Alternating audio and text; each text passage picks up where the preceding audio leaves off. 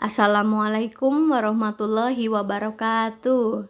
Selamat pagi anak-anakku kelas 5A dan 5B. Apa kabarnya hari ini? Semoga kalian selalu sehat, masih semangat, dan terus semangat ya. Kita berdoa semoga pandemi ini cepat berakhir sehingga kita bisa kembali ke sekolah, belajar seperti sedia kala. Nah, hari ini bertemu dengan Bu Umi ya. Kita akan belajar tema 3, makanan sehat, muatan ilmu pengetahuan sosial atau IPS, yaitu tentang bentuk-bentuk interaksi manusia dan pengaruhnya. Dari pembelajaran ini, Ibu harapkan kalian dapat menyebutkan dan memahami bentuk-bentuk interaksi manusia dan pengaruhnya dalam kehidupan sehari-hari dengan benar. Sebelum memulai pembelajaran pada pagi hari ini, jangan lupa berdoa terlebih dahulu ya. Dan siapkan buku paket kalian yang tema 3 atau 5C. Kita akan memulai pembelajaran pada pagi hari ini. Yang pertama adalah bentuk-bentuk interaksi manusia.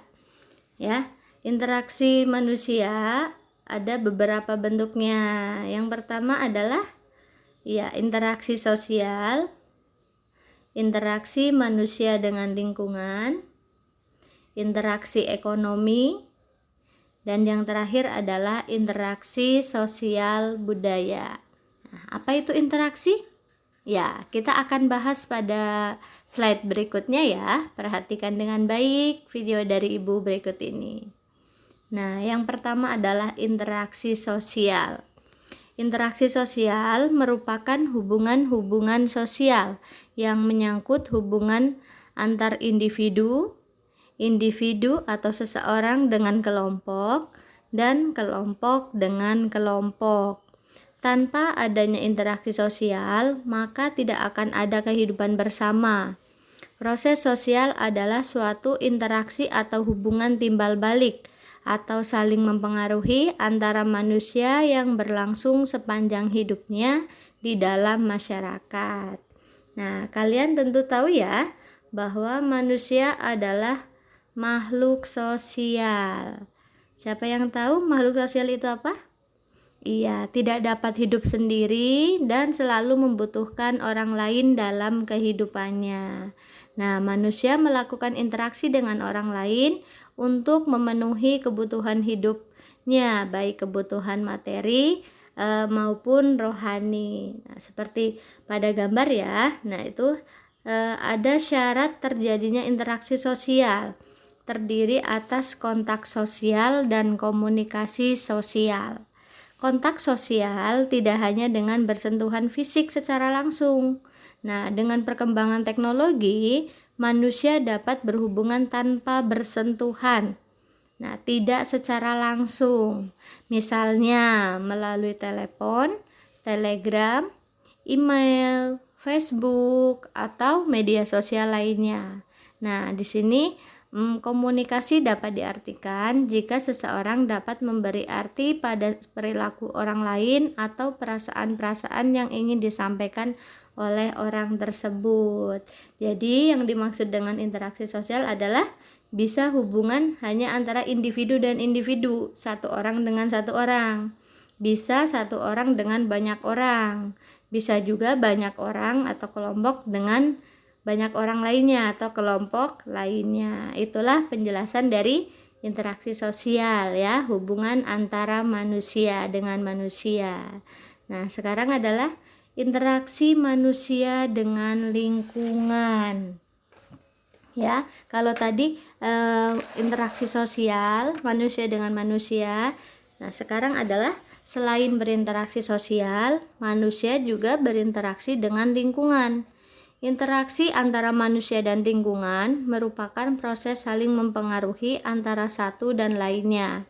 Lingkungan memiliki pengaruh besar bagi manusia karena merupakan komponen penting dari kehidupan manusia.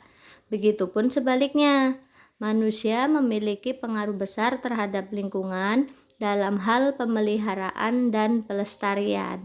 Nah, di sini dikelompokkan menjadi dua ya, interaksi manusia dengan lingkungan. Yang pertama adalah interaksi manusia yang menyesuaikan diri dengan alam. Dan yang kedua adalah interaksi manusia yang mendominasi alam. Apa perbedaannya? Ya, kalau interaksi manusia yang menyesuaikan diri dengan alam, ini merupakan contohnya saja ya. Contohnya manusia menyesuaikan waktu tanam dengan musim penghujan. Nah, itu disesuaikan.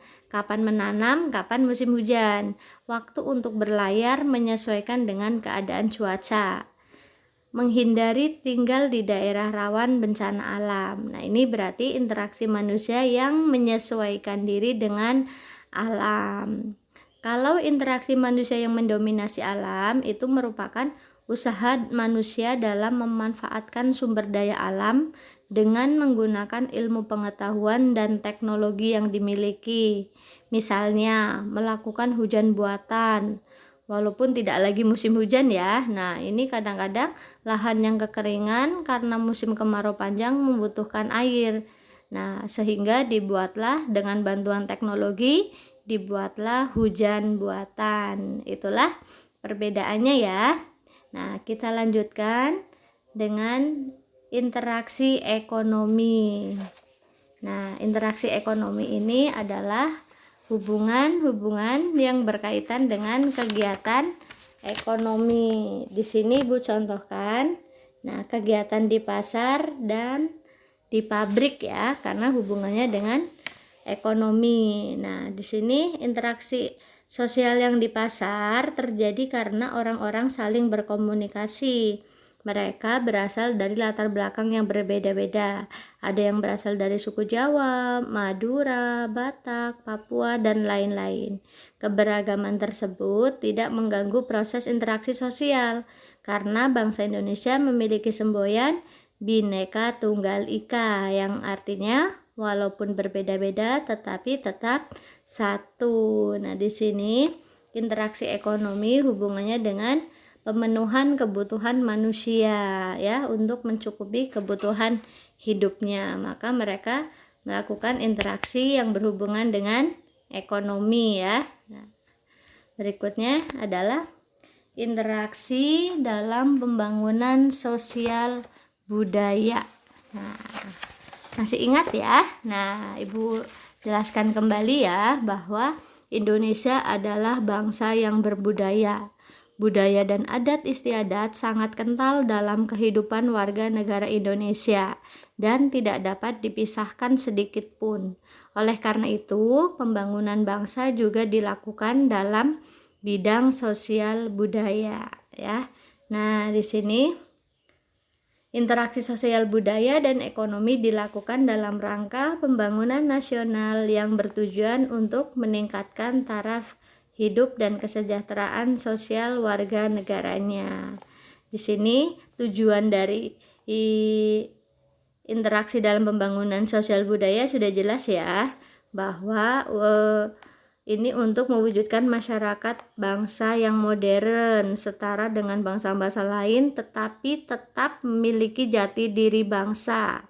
Dengan begitu, kesejahteraan dan kemakmuran warga negara akan meningkat dan kepribadian bangsa tetap tidak berubah sesuai budaya dan adat istiadat warisan nenek moyang. Nah, di sini ada manfaatnya ya.